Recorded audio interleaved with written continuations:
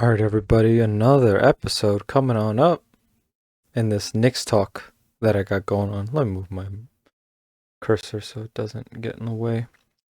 In this episode, what I wanted to talk to you about is letting the young guns loose. What we can do as a team to kind of, or rather just my opinions, right? Whatever they mean, however they matter. Probably don't even matter at all. But I got a little platform.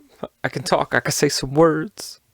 So letting the young guns loose. I'm looking at this roster, right? I'm looking at this team, and I was trying to understand the points allocations, right?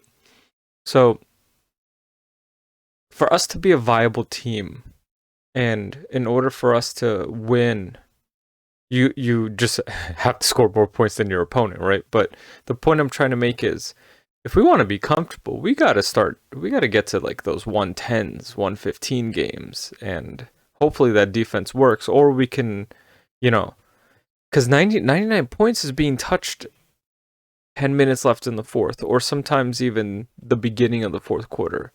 It's a 92-87 game or something like that. Especially with threes now, it's crazy. We're hitting 100 sometimes by the end of the third quarter into the fourth. Let's just assume Randall gets 22. Let's assume RJ gets 20, right? I'm being generous with that because I don't know this is all pie in the sky. Brunson's going to give us 16, and then Fournier is going to give us 15, let's say. So let's just say 30.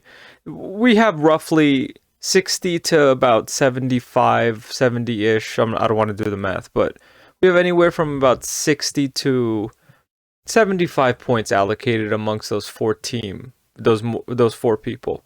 When you're looking at this roster, it's a little unique. It's a little odd because we're not in that position where we had a bunch of guards a couple of years back, a bunch of years back.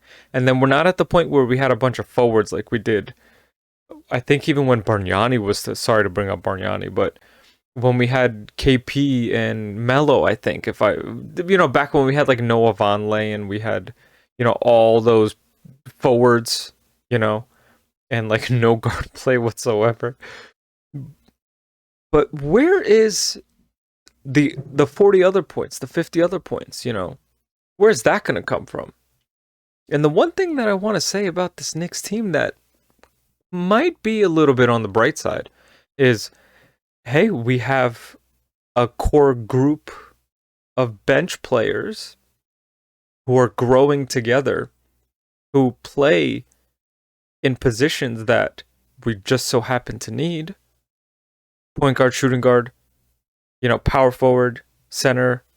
I'm assuming Jericho, depending, and this is before any injuries or anything like that. But we got Jericho, we got Obi, we got Grimes, we got IQ, and you can kind of mix and match those. I mean, in my opinion, Fournier could be a great sixth man, and then you plug in probably Grimes or something like that.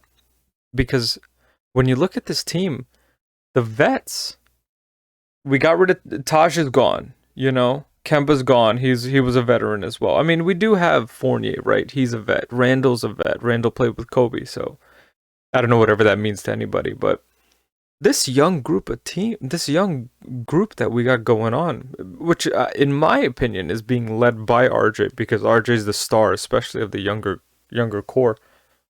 This team that can kind of do something, And now, because, players like D Rose, I love D Rose, but you got to understand that if D Rose is going to continue to play, unless he wants to stay in New York, he's eventually going to be losing minutes because someone else will be replacing that. And I think the consensus is that IQ is under the tutelage of D Rose and stuff like that. So, where's the other points going to come from? And I think that's the thing that we need to focus on this year that's going to be important is those other points.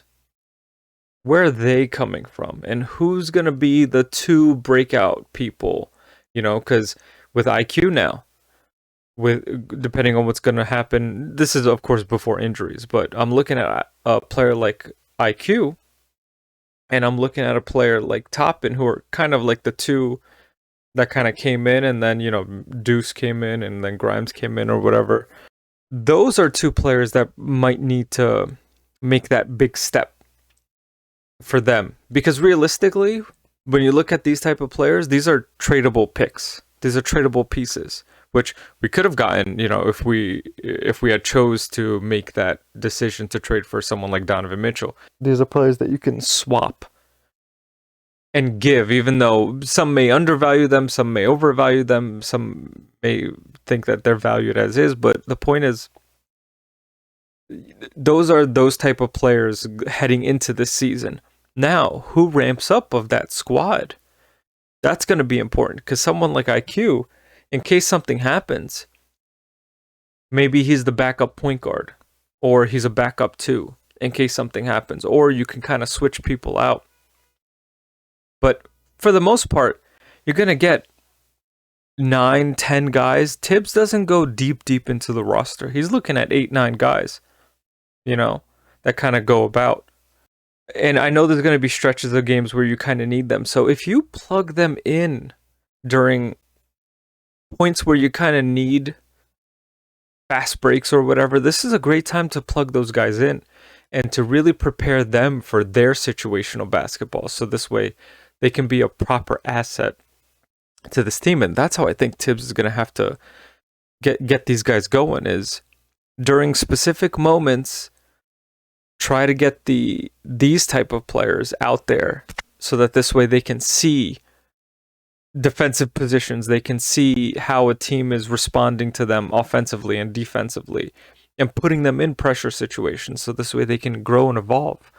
Because if this Knicks team, because I'm pretty sure there's a lot of people that are saying the consensus for this Knicks team is, at worst, just missing the play-in by a small amount, nothing too crazy.